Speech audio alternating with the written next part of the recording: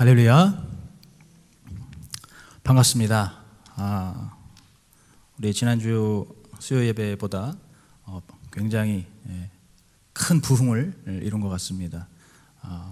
이렇게만 된다면, 이렇게만 부흥한다면은 이 자리가 또 금방 차고 넘치게 될 줄로 믿습니다. 요즘 같은 때에는 정말로 우리가 아까 불렀던 그 찬송가 363장 그 3절의 가사가 더 마음에 깊이 와닿습니다. 그 3절에 보시면은 이런 가사입니다. 내 짐이 점점 무거워질 때 주 예수 앞에 아뢰이면 주께서 친히 날 구해 주사 내 대신 짐을 져 주시네. 아멘. 우리의 짐이 계속해서 점점 무거워질 때 그 주님 앞에 우리가 겸손하게 또 정직하게 우리의 그 모든 수고와 우리의 아픔을 아뢰일 때 우리 주님께서는 우리의 짐을 대신 져 주셔서 우리가 끝까지 그 믿음의 경주를 완주할 수 있도록, 그리고 우리 교회가 또 그러한 믿음의 경주를 완주할 수 있도록 인도해 주실 줄로 믿습니다.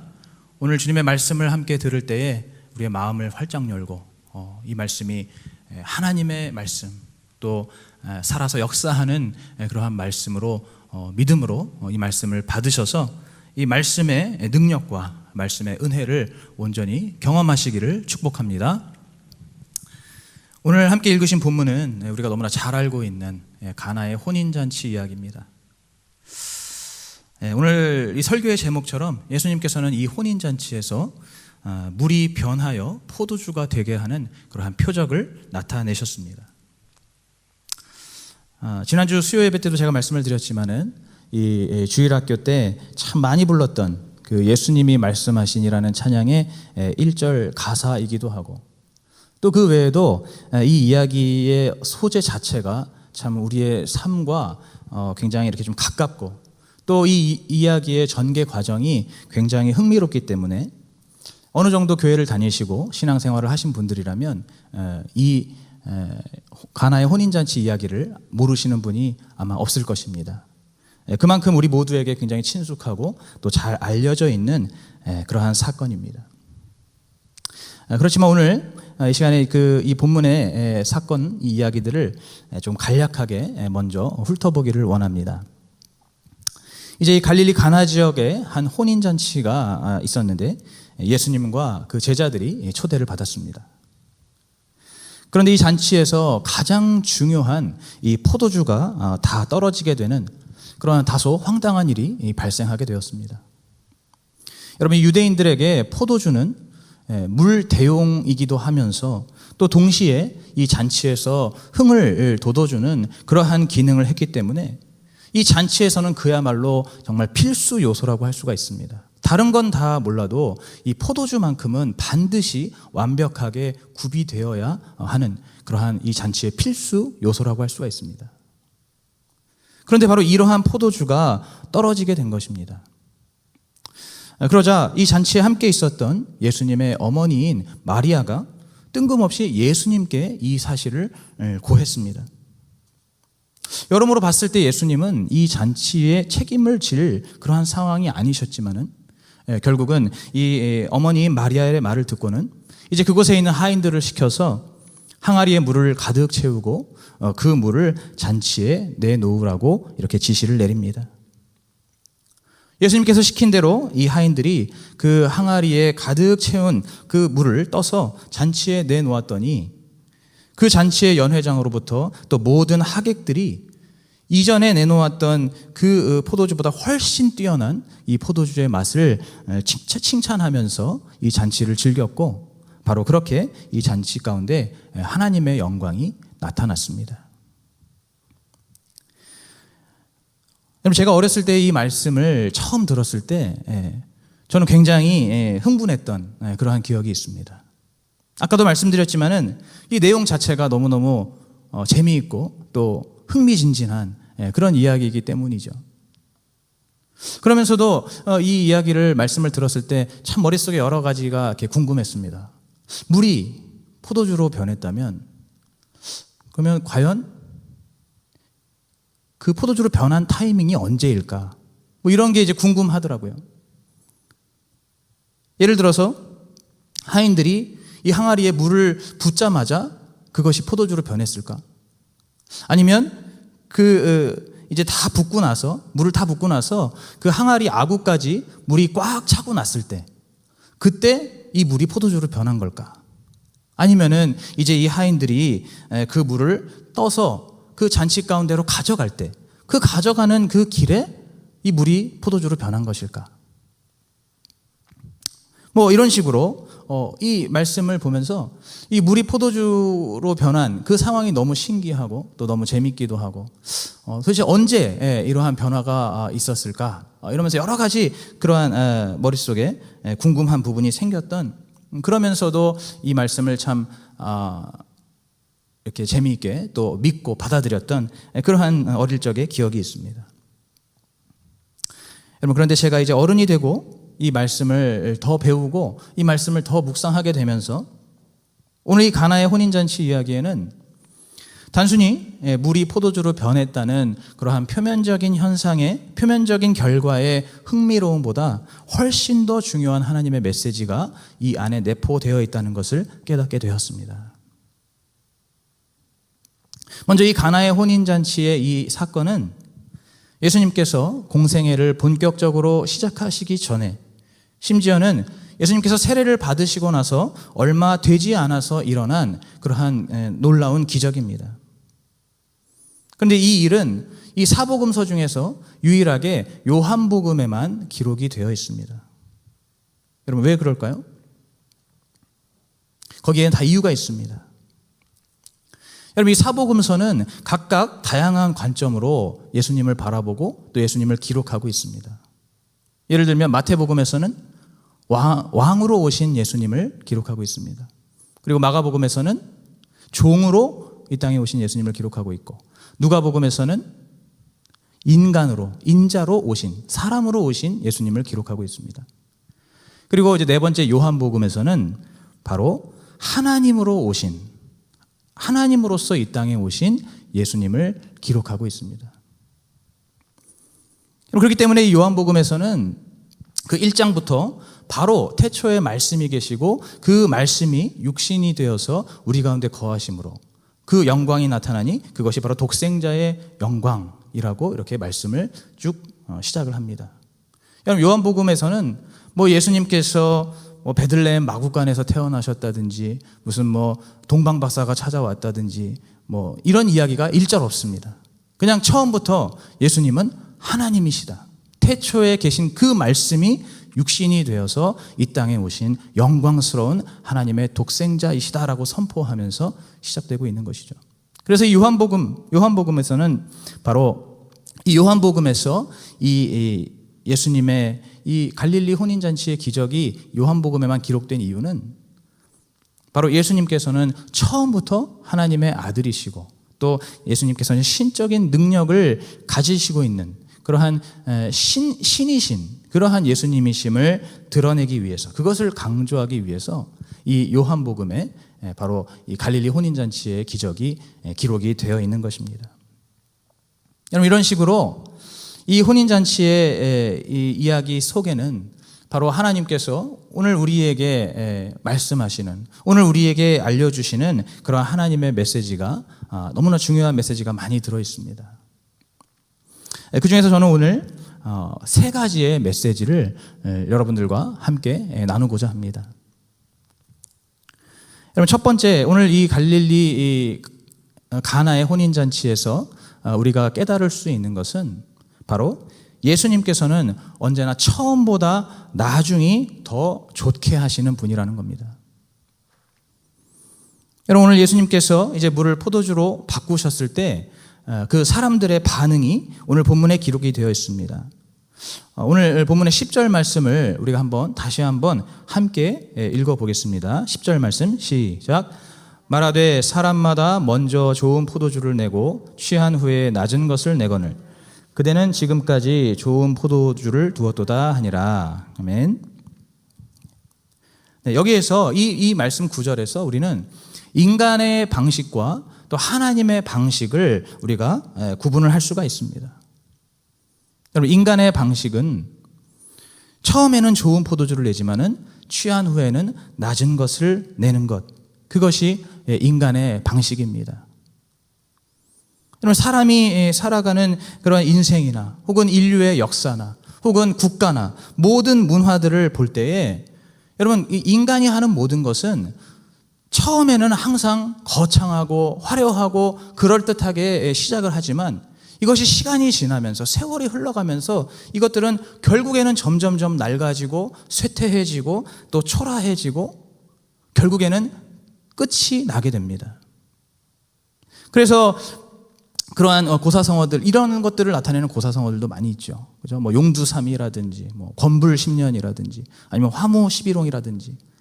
어떤 인간이 하는 모든 일과 모든 역사들은 처음에 시작은 그럴듯하게 시작하고, 그렇게 시작을 하더라도 결국 끝에 가서는 그 모든 것들은 다 쇠퇴하고 다 낡아지는, 바로 그러한 것들이 우리 사람의 방식, 바로 인간의 방식이라고 할 수가 있습니다. 결론적으로 우리 인간의 방식에는 영원한 것이라는 것은 있을 수가 없습니다. 여러분, 그런데 이 하나님의 방식은 어떻습니까? 하나님께서 일하시는 방식, 하나님께서 역사하시는 방식은 어떻습니까? 욥기 8장 7절에 보면 나오듯이 네 시작은 미약하였으나 네 나중은 심히 창대하리라. 바로 이 말씀과 같이 우리 하나님의 방식은 처음보다 나중이 반드시 더 좋아지는 것입니다. 오늘 우리 본문에서도 그렇게 그것이 나오고 있습니다. 오늘 본문에서도 처음보다 이 나중에 더 좋은 그러한 포도주가 잔치에 나오게 된 것입니다. 여러분, 심지어 처음에는 그것은 그냥 물이었는데 그 물이 최상급의 포도주로 바뀌게 된 것이죠. 여러분, 이것이 바로 우리 하나님께서 일하시는 방식이라는 것입니다. 하나님께서 역사하시는 방식이라는 것입니다. 비록 그 시작은 어쩌면 참 초라할 수 있고 그 시작은 참 보잘것없을 수 있습니다. 그리고 그 과정 가운데 여러 가지 어렵고 힘든 그러한 고난과 시련과 여러 가지 위기들이 있을 수도 있습니다. 하지만 그 결국에는 반드시 우리 주님의 놀랍고 위대한 섭리가 나타나고 드러나고 완성되고 성취되는 것, 그것이 바로 우리 하나님께서 역사하시는 방식인 것입니다. 그 하나님께서 일하시는 그 결국, 하나님께서 나타내시는 그 결과는 우리에게 영원한 생명을 가져다 줍니다. 하나님의 방식, 하나님의 역사는 끝이 나는 것이 없습니다. 절대로 쇠퇴하지 않고, 절대로 낡아지지 않고, 절대로 중단되지 않고 후퇴되지 않습니다. 하나님께서 일하시는 방식은 계속해서 좋아지고 계속해서 새로워지고 계속해서 완성도 있게 나아가는 것이 바로 우리 하나님의 역사라는 것입니다. 여러분, 믿으십니까? 여러분, 우리 하나님께서는 언제나 그렇게 일하셨고 또 그렇게 역사하셨습니다. 여러분, 우리 성경을 보더라도 우리는 그것을 확인할 수 있습니다. 우리 하나님께서는 구약시대에 주신 그 불완전한 율법을 이제 신약의 예수 그리스도의 복음으로 완성하셨습니다. 구약시대에 부분 일부만 보이던 그 하나님의 약속의 예언들이 이제 신약시대에 와서 예수 그리스도의 삶과 죽음과 부활을 통해, 그리고 성령의 강림을 통해서 그 처음에 말씀하신 그 하나님의 예언들이 신약시대에 완벽하게 성취가 되었습니다. 여러분, 오늘 이 본문에 빗대자면은 이렇게 표현할 수 있습니다. 구약시대의 율법이 그것이 물이라면은 복음은 포도주라고 할 수가 있습니다. 구약시대의 불완전한 예언들이 그것이 물이라면은 신약시대 예수 그리스도의 성취는 그것은 포도주라고 할 수가 있는 것입니다.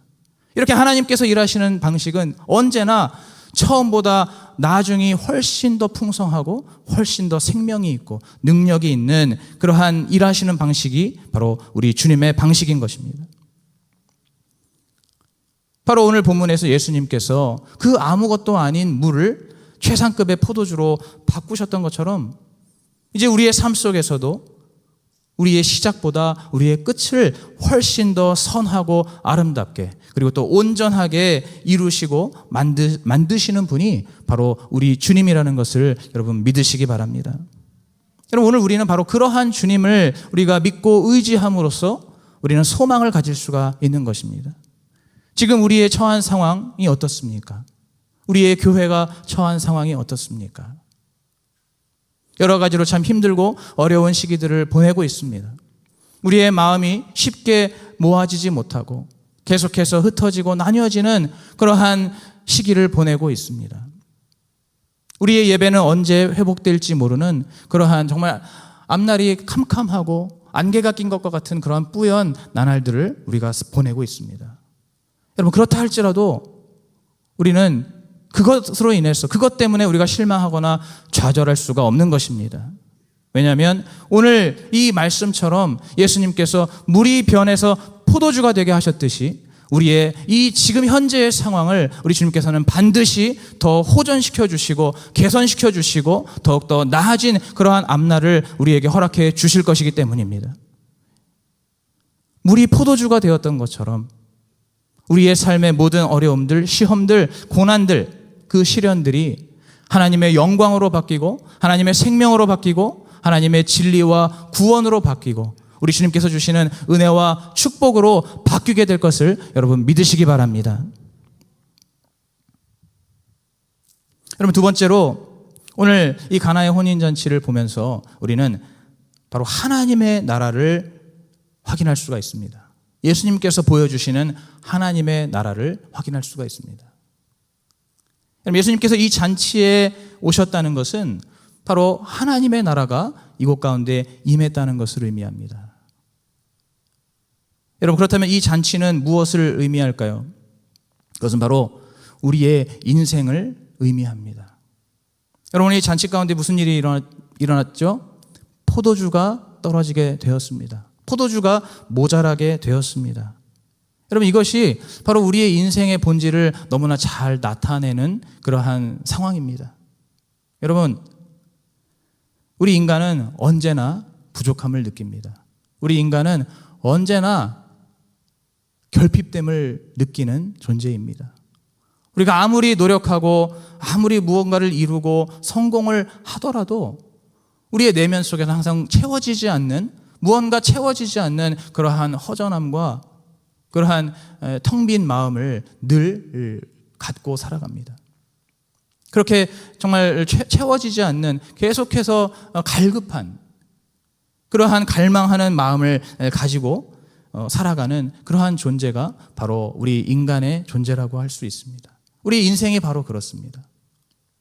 아무리 무언가를 계속해서 채워 넣어도 늘 마음속에 부족함이 느껴지고 모자람이 느껴지고 항상 무언가를 더 채우고자 하는 그러한 끝없는 그러한 욕심과 그러한 갈망이 우리 안에 있습니다. 바로 우리의 인생은 평생에 걸쳐서 그런 결핍의 삶으로 점철된다고 해도 과언이 아닐 정도로 우리는 늘 그렇게 무언가를 갈망하고 갈급해하고 늘 무언가를 바라고 원하는 그러한 삶이 바로 인생의 본질이라고 할 수 있습니다. 여러분, 바로 이러한 우리의 인생 가운데 예수 그리스도께서 오셔서 무슨 일을 하셨습니까? 바로 항아리 아구까지 물을 가득 채워주셨습니다. 여러분, 이 항아리에 물을 가득 채웠다는 것은 무엇을 채워주신 것이죠? 바로 포도주를 채워주신 것입니다. 바로 우리의 인생 가운데 가장 필요한 것들, 우리 주님께서 우리의 인생 가운데 오셔서 우리에게 가장 필요한 것들, 우리에게 가장 절실하고 가장 시급한 것들, 그리고 우리에게 있어서 가장 좋은 것을 우리 주님께서 가득 채워주신다는 것입니다.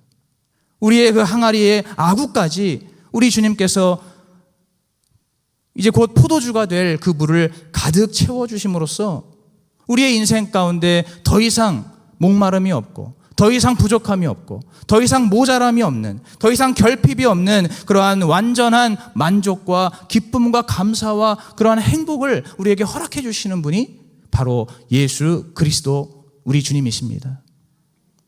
여러분, 우리 주님 안에서 우리는 날마다 그렇기 때문에 감사와 기쁨의 고백 그리고 만족의 고백을 할 수 있는 것입니다. 다윗이 시편 23편에서 하나님이 나의 목자시니 내게 부족함이 없으리로다 라고 고백했던 것처럼 주님을 만나기 전에, 주님을 알기 전에 언제나 굶주리고 언제나 목마르고 언제나 부족하고 또 언제나 모자랐던 그 채워지지 않는 그러한 욕심과 그러한 갈망으로 허덕였던 우리의 삶이 이제 예수 그리스도를 알게 되고 예수 그리스도를 만나고 또 예수 그리스도를 우리의 삶에 모심으로써 이제 우리의 삶의 그 텅 빈 마음이 채워지고 온전히 주님으로 인해서 참된 만족을 누릴 수가 있게 된 것입니다. 여러분, 그렇다면 그 우리의 모든 부족함과 그런 결핍들이 하나님의 무엇으로 채워지게 된 것일까요? 바로 하나님의 말씀으로 채워지는 것입니다. 마태복음 4장 34절에 이러한 말씀이 있습니다. 우리가 너무나 잘 알고 있는 말씀이죠. 사람이 떡으로만 살 것이 아니요 하나님의 입에서 나오는 모든 말씀으로 살 것이니라. 바로 이 하나님의 말씀이 우리의 영혼의 양식이고 우리의 영혼의 전신갑주인 것입니다. 하나님의 말씀을 우리가 먹을 때, 하나님의 말씀을 우리가 들을 때에 바로 우리의 영혼이 가득 채워지는 것이고 우리의 영혼이 배부르게 되는 것이고 우리의 영혼이 만족하게 되는 것입니다. 그렇게 우리의 영혼이 만족하게 됐을 때 우리는 바로 하나님의 나라를 보게 되는 것입니다. 왜냐하면 그 하나님의 나라, 예수 그리스도께서 함께 하시는, 예수 그리스도께서 임재하시고 다스리시는 그 하나님의 나라에는 결코 부족함과 또 갈급함과 모자람이 없기 때문입니다. 그 하나님의 나라, 바로 우리에게 주님 말씀을 주시는 그 주님을 통해서 우리의 삶에 언제나 감사와 만족의 고백을 주님 앞에 드리며 그 하나님의 나라를 온전히 사모하고 또 그 하나님의 나라를 우리의 삶 속에서 충만하게 누리시는 그러한 우리 모두가 되기를 소원합니다. 세 번째로 바로 그 하나님의 나라를 세워가는 그 주춧돌은 바로 우리의 믿음과 순종입니다. 우리는 이것을 오늘 이 가나의 혼인잔치에서 확인할 수가 있습니다.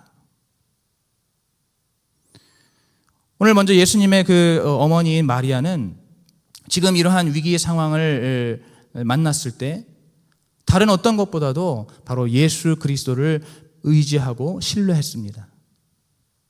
여러분, 아까도 제가 말씀드렸지만은 엄밀히 따졌을 때 예수님은 지금 이 잔치와 크게 상관이 없습니다. 그냥 단순히 초대를 받아서 잔치에 간 그런 하객의 한 사람일 뿐입니다. 이 잔치의 책임자도 아니고 또 신랑도 아닙니다. 이 잔치를 책임져야 될 어떠한 그런 의무도 없는데, 그런데도 이 마리아는 바로 예수님을 향해서 이 사실을 보고하고 또 예수님께 이 모든 상황을 맡기고 그 잔치에 있는 하인들에게 예수님의 말대로 하라고 그렇게 이야기를 합니다. 여러분, 이 마리아가 지금 어떤 믿음을 가지고 있는 것인가요? 제가 아까 전에 예수님은 그냥 단순히 하객이고 이 잔치를 책임질 그런 의미가 없다고 말씀을 드렸는데, 여러분 사실은 그런 게 아니죠. 이 마리아는 오늘 어떤 믿음을 가지고 있었습니까? 예수님은 어디를 가시든지 어디에 계시든지 단순한 하객이 될 수 없는 분이라고 믿었습니다. 예수님은 예수님께서 어디에 계시든지 그 공간의 주인이시고 또 그 모든 상황을 책임지실 수 있는 그러한 분이라는 믿음이 오늘 이 마리아에게 있었던 것입니다. 마리아는 그 예수님을 단순히 하객의 한 사람으로 보지 않고 단순히 그냥 구경꾼으로 보지 않고 이 모든 상황을 완전히 바꾸시고 또 이 모든 상황을 다스리시는 바로 그러한 하나님의 아들이라는 믿음을 이 마리아가 갖고 있었기 때문에 자신의 뱃속으로 낳은 그 아들이지만 그러나 그 예수님을 주님으로 믿고 의지하면서 이 모든 상황을 바로 그 주 되신 예수님께 보고하였던 것입니다. 여러분, 결국은 그 믿음이 바로 놀라운 기적, 바로 물이 포도주로 변화되는 그 놀라운 기적을 일으키는 불씨가 된 것입니다. 또 오늘 본문에 보시면 이 하인들이 이제 물 항아리를 아구까지 채우라는 그 예수님의 명령에 순종하는 장면이 나오고 있습니다. 여러분, 이 하인들의 이 순종도 마찬가지로 바로 하나님의 나라를 세워가는 너무나 중요한 그러한 초석이 된다는 것이죠. 이 하인들이 아마 자신들이 생각했을 때는 정말 납득이 안 되는, 이해가 안 되는 그러한 상황이었을 겁니다.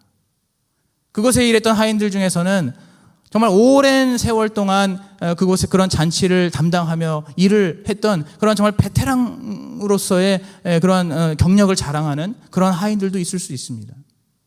그런데 그러한 모든 하인들이 지금 자신의 그 경험과 자신의 지식으로는 도저히 이해가 안 되고 또 납득이 되지 않는 그러한 상황임에도 불구하고 그들이 오늘 바로 예수님께서 말씀하셨을 때 그 항아리에 물을 가득 채우라는, 여러분 그 항아리가 한 개만 있는 것도 아닙니다. 6개나 되는 항아리. 그 학자들에 의하면 이 항아리가 한 개당 약 100리터의 그러한 용량이 되었을 거라고 그렇게 이야기합니다. 그러한 그 항아리에 물을 6개의 항아리에 물을 가득 채우는 동안에 이들의 머릿속에 여러 가지 생각이 들었을 수 있습니다. 이것이 과연 지금 잘하는 것일까? 이것이 맞는 것일까? 이렇게 해서 도대체 무슨 일이 일어날 수 있다는 것인가? 여러 가지 생각들, 복잡한 마음들이 들었겠지만 그러나 최종적으로 이들이 보여준 것은 바로 예수님의 말씀에 대한 순종이었습니다. 그들은 그저 낮은 종의 자세로 그 예수님의 말씀에 끝까지 순종해서 그 물 항아리 6개나 되는 그 물 항아리를 전부 아구까지 채웠을 때, 바로 그때 이들이 어떠한 자들이 되었냐면 예수님의 그 기적을 제일 먼저 경험하는 당사자들이 되었습니다. 그 잔치에 있는 그 누구보다도, 그 어떤 하객들보다도, 연회장보다도, 신랑보다도, 누구보다도 먼저 그 물이 포도주로 변하는 그 기적을 보게 되는 그러한 영광스러운 경험을 하는 당사자들이 된 것입니다. 여러분, 이것을 볼 때 우리가 알 수 있는 것이 무엇입니까? 바로 이 예수 그리스도의 이 능력과 그리고 인간의 믿음과 순종이 합쳐졌을 때, 그때 바로 물이 포도주로 변하는 그러한 하나님의 나라가 나타난 것입니다. 여러분, 굉장히 중요한 사실입니다. 성경에서 나타나는 대부분의 모든 그 기적들을 보면 한결같이 이러한 공식을 따르고 있습니다.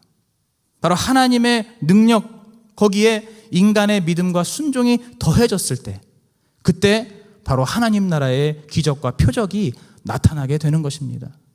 여러분, 이것은 제가 따로 무슨 예를 들지 않아도, 설명을 하지 않아도 이 성경을 조금만 찾아보면 너무나 많은 예들을 우리가 찾을 수 있습니다. 성경에 나오는 대부분의 모든 믿음의 인물들, 믿음의 선조들이 전부 이러한 것을 경험했습니다.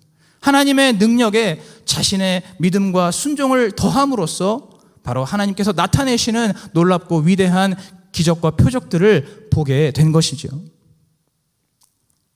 여러분, 물론 여기서 우리가 오해하지 말아야 할 것은 하나님의 능력과 인간의 믿음과 순종이 합쳐져야 한다고 해서 하나님의 능력이 무언가 부족한 것은 아닙니다.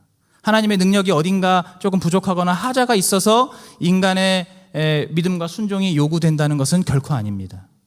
하나님의 능력은 그 능력만으로도 이미 충분하고 이미 완벽합니다. 하나님은 하나님 홀로 당신께서 모든 일들을, 모든 역사들을 충분히 이루실 수 있고 성취하실 수 있는 분이지만은 그런데도 인간의 믿음과 순종을 요구하신다는 겁니다. 여러분, 왜 그럴까요?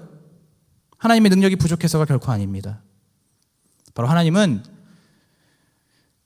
그 하나님께서 시키신 자들, 바로 우리의 그 믿음을 보시기 위해서, 그리고 더 나아가서 그 하나님께서 이루실 그 놀랍고 위대한 그 영광스러운 역사 가운데에 감히 우리가 그곳에 동참할 수 있는 그러한 은혜와 축복의 기회를 주시기 위해서, 그러기 위해서, 그러한 목적으로 우리의 믿음과 순종을 요구하신다는 겁니다.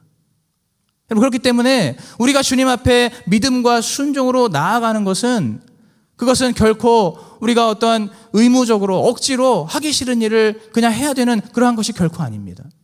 하나님께서 우리에게 믿음과 순종을 요구하시는 그 자체만으로도 우리는 은혜와 축복의 기회를 지금 눈앞에 맞닥뜨리고 있는 것입니다. 하나님 앞에 우리의 믿음을 보여드리기만 한다면, 하나님 앞에 우리의 순종으로 나아가기만 한다면, 우리는 오늘 이 물이 포도주로 변하는 것과 같은, 또 그 밖에 성경에서 기록되어 있고 나타나고 있는 여러 가지 놀랍고 위대한 기적과 표적들이 바로 우리의 눈앞에도 나타날 수 있다는 것을 여러분 믿으시기 바랍니다. 제가 이 설교를 준비하다가 이것에 대해서 굉장히 적합한 좋은 예를 하나 발견했습니다. 하나님의 능력과 인간의 믿음과 순종이 합쳐질 때 하나님 나라가 임한다는 것, 이것에 대해서 좋은 예가 하나 있습니다. 여러분, 지난 2012년에 런던 올림픽에 그때 그 축구 경기에 이 동메달 결정전에 바로 한국과 일본이 붙은 그런 경기가 있었습니다. 혹시 기억하시는 분들이 있을지 모르겠습니다. 근데 그때 그 경기가 동메달을 결정하는 그러한 경기면서 또 한일전이었고, 그리고 무엇보다도 특히 우리나라 같은 경우에는 그 선수들의 병역 면제가 걸려 있는 굉장히 중요한 경기였습니다. 거기서 동메달을 따기만 하면 우리나라 그 국가대표 선수들은 다 병역을 면제받을 수 있는 정말로 굉장한 혜택이 있었던 그런 일생일대의 경기였습니다. 여러분, 근데 이제 그 경기에 결과적으로 우리나라가 일본을 2대 0으로 이기게 되었습니다. 다 이기게 되었을 때 그때 우리나라 그 국가대표들 중에서 선수들 중에서 유일하게 그 경기에 시합에 뛰지 못했던 선수가 한 명이 있었습니다. 그 선수가 바로 김기희라는 선수인데, 근데 규정상 이 시합을 실제로 뛰지 않으면 아무리 경기를 이기고 동메달을 따더라도 병역 면제를 받을 수가 없다는 그러한 규정이 있었습니다. 그래서 그 당시에 이제 어떠한 일이 있었냐면, 경기가 거의 끝날 즈음에 한 몇 분, 4분 정도, 3분 정도 남겨놓는 그 타이밍에 감독이 선수 교체를 했습니다. 그래서 이 시합에 한 번도 안 뛰었던 그 김기희 선수를 이제 종료 한 3, 4분을 남겨놓고 시합을 뛰게 해준 겁니다. 그렇게 해서 이 김기희 선수는 결과적으로 그동안의 이 올림픽 모든 경기들 다 포함해서 그 후반에 4분 정도만 뛰어서 동메달을 받고 병역을 면제받은 그러한 선수가 되었습니다. 그래서 그 당시에 이 선수, 김기희 선수를 보면서 여러 가지 그런 이야기들, 재미있는 그런 이야기들이 이렇게 많이 돌았던 것을 저도 기억합니다. 여러분, 제가 무엇을 말하고 싶은 걸까요? 바로 하나님께서 우리에게 믿음과 순종을 요구하시는 것은 바로 이러한 것과 같다는 겁니다. 그 병역 면제를 혼자 받지 못하는 그 선수를 위해서 이제 경기가 다 끝나가는 시점에 그 잠깐의 그 타임에 이 선수를 출전을 시켜서 경기를 뛰게 하고, 그렇게 해서 동메달을 따고 또 병역을 면제받게 해주려는, 그 선수를 배려하고 축복하고 은혜를 주는 차원에서 그 선수가 경기를 뛰게 했던 것처럼, 바로 하나님께서 우리에게 믿음과 순종을 요구하시는 것이 바로 이런 것이라는 겁니다. 하나님은 원래 하나님께서 모든 일들을 이미 다 계획하시고 진행하시고 또 성취하시는 분이시지만, 그 가운데 우리의 자리를 자그맣게 남겨두시고 우리의 믿음과 순종을 통해서 우리가 바로 그 하나님께서 나타내실 하나님의 그 생명과 하나님의 영광 가운데 함께 동참할 수 있도록 바로 은혜와 축복을 베풀어 주신다는 것을 여러분 꼭 기억하시기 바랍니다. 오늘 이 가나의 혼인잔치에서 예수님께서 물이 포도주로 변화되게 하시는 그 기적을 보면서 그곳에 있던 모든 사람들이 하나님께 영광을 돌렸다고 했습니다. 예수님께 부탁했던 예수님의 어머니 마리아도 하나님의 영광을 보게 되었고, 또 예수님의 말씀에 다소 황당했던 그 명령에 순종하여서 끝까지 항아리에 물을 채웠던, 그리고 그 물을 길어 날랐던 그 하인들도 하나님의 영광을 보게 되었습니다. 그리고 그 잔치의 모든 하객들도 어떻게 이전보다 더 좋은 이런 포도주를 내어놓을 수가 있냐면서 그 잔치를 충분히 풍성하게 즐기고 또 하나님께 영광을 돌렸습니다. 여러분, 오늘 우리의 삶 속에 바로 그러한 하나님의 영광을 나타내야 할 줄로 믿습니다. 우리의 삶은 바로 하나님의 영광을 나타내기 위해서 하나님께서 우리에게 호흡 주시고 생명 주시고 이 날들을 주신다는 것을 여러분 믿으십니까? 바로 그렇기 때문에 우리는 그 하나님의 영광을 마땅히 나타내야 하는데, 그렇다면 오늘 이 말씀을 통해서, 오늘 이 본문을 우리가 묵상하면서 우리가 하나님의 영광을 어떻게 나타낼 수 있는지를 우리는 이제 알게 된 것입니다. 바로 우리는 언제나 처음보다 나중이 더 잘되게 하시고 더 부흥되게 하시고 더 발전하게 하시고 더 완성되게 하시는 그 예수 그리스도를 우리가 온전히 믿고 의지해야 합니다. 비록 지금 나의 상황이, 비록 지금 나의 현실이 어떨지 몰라도 때로는 참 지금 바닥을 기고 있는 것 같고 사방이 벽으로 가로막혀서 갈 곳이 없는 그러한 상황 가운데 놓여 있다 할지라도 반드시 지금보다 더 나은 상황을 허락해 주실 예수 그리스도, 바로 지금보다 훨씬 더 나를 온전히 구원으로 인도하시고 생명으로 인도하실 그 예수 그리스도를 믿고 의지하는 바로 그러한 믿음이 오늘 우리 안에 있어야 할 줄로 믿습니다. 그리고 하나님께서 이제 하나님의 나라를 보여주실 때 우리가 바로 그 하나님의 나라를 충분하게 충만하게 누리며 또 경험할 수 있기 위해서 우리는 바로 하나님의 말씀을 사모해야 합니다. 우리의 텅 빈 마음, 우리의 공허한 마음은 오직 하나님의 말씀으로 채워질 때 참된 만족을 누릴 수가 있는 것입니다. 오늘 예수님께서 바로 이 항아리에 물을 가득 채우시고 그 물이 이제 포도주가 되게 하셨던 것처럼 오늘 우리가 우리의 마음 속에, 우리의 심령 속에 하나님의 말씀을 가득 채울 때 그 말씀이 바로 최상급의 포도주가 되어서 우리의 삶 가운데 참된 기쁨과 또 참된 즐거움과 만족을 준다는 사실을 여러분 꼭 기억하시기 바랍니다. 그리고 이제 하나님의 나라를 우리가 함께 만들어가는 바로 그러한 동역자로서 우리 주님께서 우리에게 감히 그러한 영광스러운 기회를 주셨다는 것을 우리가 기억하면서 하나님 앞에 기꺼이 우리의 믿음과 순종을 올려드릴 때, 그때 바로 하나님의 나라가 우리 가운데 임하고 또 세워지는 것이고 결과적으로 하나님의 크신 영광이 나타나게 되는 것입니다. 여러분, 우리 모두의 삶 가운데 바로 이러한 하나님의 영광과 또 예수 그리스도의 기적이, 이 표적이 충만한 삶이 되기를 간절히 축복합니다. 그분의 모든 말씀에 우리가 믿음으로 순종하면서 이 어렵고 힘든 때에 참으로 때로는 좌절이 되고 낭망이 되는 이 시대 속에서도 끝까지 주님을 의지하면서 하나님의 나라를 함께 세워가고 그 하나님 나라의 영광을 함께 누리시는 그러한 저와 여러분이 되기를 축복합니다.